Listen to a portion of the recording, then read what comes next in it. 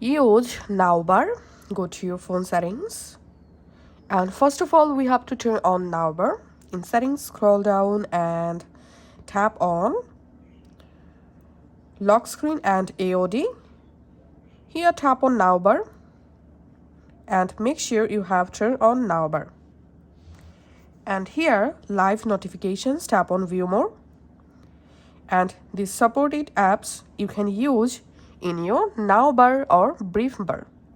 So I'm going to turning off all of this, and let's turn on only Samsung Health, and let's see how to work with Samsung Health in now bar. Now I'm going to opening my Samsung Health app.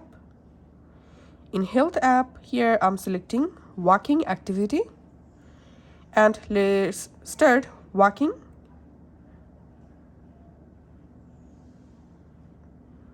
Once the activity started, I'm going to lock my device.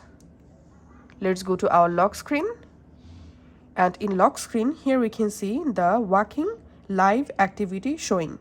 Workout paused. By tapping on that, I can pause or resume the live activity just like so. And now let's add another activity. So I'm going to unlocking my device, and this time I'm going to settings again, and now I'm going to turning on the clock option here. And now let's create a new timer clock, for example. So I'm just opening my clock app and here selecting timer, and let's start a timer for 2 minutes. Once the live activity started, I'm going to lock my phone, and this is my lock screen, and here we can see the timer and the walking activity showing. So if you have multiple activities added, just swipe to see all of your activities just like so. So this is my timer activity, this is my running activity.